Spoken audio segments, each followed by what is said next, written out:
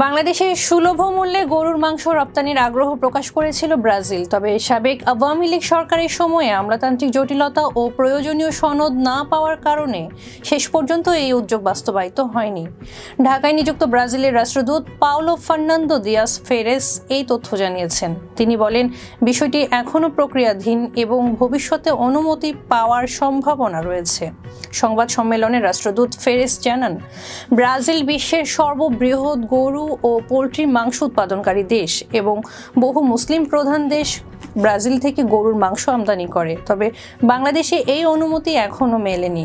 তিনি জানান, ব্রাজিলের পক্ষ থেকে বাংলাদেশের গরুর মাংস রপ্তানির বিষয়ে প্রাণী সম্পদ মন্ত্রণালয়ে যোগাযোগ করা হয়েছিল, কিন্তু সেখান থেকে বাণিজ্য মন্ত্রণালয়ে যেতে বলা হয়। পরে বাণিজ্য মন্ত্রণালয়ে যোগাযোগ করলে কর্মকর্তারা বিভিন্ন নীতিমালার কথা বলেন, যা রাষ্ট্রদূত সম্পূর্ণরূপে বোঝেননি।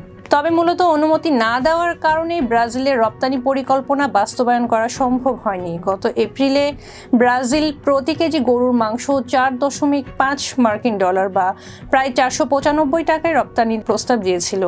তখন ঢাকার বাজারে প্রতি কেজি গরুর মাংস 800 টাকায় বিক্রি হচ্ছিল। বর্তমান বাজার দর কিছুটা কমে 650 থেকে 700 টাকার মধ্যে রয়েছে। ব্রাজিলের মাংস এলে দেশের বাজারে দামের ওপর প্রভাব পড়তে পারে বলে ধারণা করা হচ্ছে।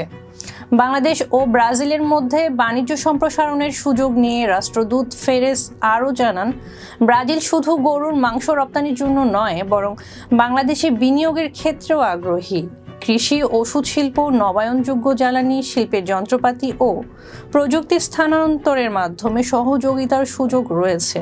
ব্রাজিলের উন্নত কৃষি প্রযুক্তি বাংলাদেশের স্থানীয় উৎপাদন বৃদ্ধিতে গুরুত্বপূর্ণ ভূমিকা রাখতে পারে। তিনি বলেন, ব্রাজিলে একটি গরু থেকে প্রতিদিন 45 কেজি দুধ পাওয়া যায়, যেখানে বাংলাদেশে এই পরিমাণ মাত্র 7 থেকে 8 কেজি।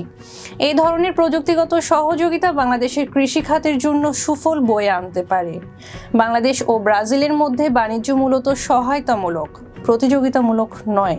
বর্তমানে ব্রাজিল থেকে বাংলাদেশে বছরে 300 কোটি মার্কিন ডলারের পণ্য আমদানি হয়, কিন্তু বাংলাদেশ থেকে ব্রাজিলে রপ্তানি মাত্র 100 কোটি মার্কিন ডলার।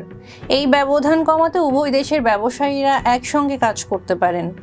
এই লক্ষ্য সামনে রেখে আগামী 15 থেকে 18 জুন ব্রাজিলের সাও পাওলোতে প্রথমবারের মতো মেড ইন বাংলাদেশ এক্সপো 2025 অনুষ্ঠিত হবে।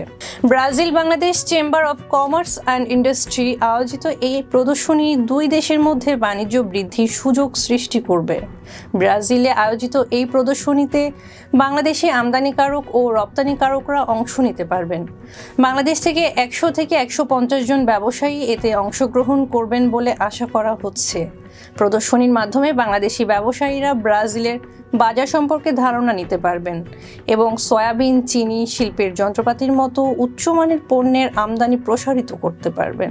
ব্রাজিলের রাষ্ট্রদূত আশা প্রকাশ করেন, দুই দেশের মধ্যে বাণিজ্য সম্পর্ক আরও সুদৃঢ় হবে এবং বাংলাদেশ ব্রাজিলের প্রযুক্তি ও বাণিজ্য সুযোগ কাজে লাগিয়ে নিজেদের অর্থনীতিকে আরও সমৃদ্ধ করতে পারবে। ছিলাম ইরিন আহমেদ। ফেস দ্য পিপলের সাথে থাকার জন্য ধন্যবাদ।